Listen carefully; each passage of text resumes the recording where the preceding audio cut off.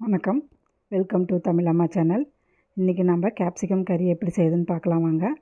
கடாயில் எண்ணெய் விட்டுக்கோங்க. வெங்காயம், கருவேப்பிலை, தக்காளி இது எல்லாம் போட்டு நல்லா வதக்கிக்கோங்க. இப்போ கட் பண்ணிய கேப்சிகத்தை போட்டுக்கோங்க. இதையும் நல்லா வதக்கி விடுங்க. இப்போ இதுக்கு தேவையான அளவு சால்ட்டு போட்டுக்கோங்க. மிளகாத்தூள், மல்லித்தூள், மஞ்சத்தூள் இது எல்லாம் போட்டு நல்லா வதக்கிக்கோங்க.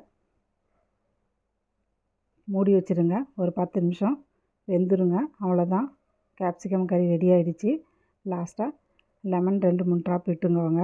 நல்லா கிளறிக்கோங்க இதையும். இப்போ சுட சுட சோறு போட்டு சாம்பார் ஊற்றி தொட்டுட்டு சாப்பிடுங்க. சூப்பராக இருக்கும்.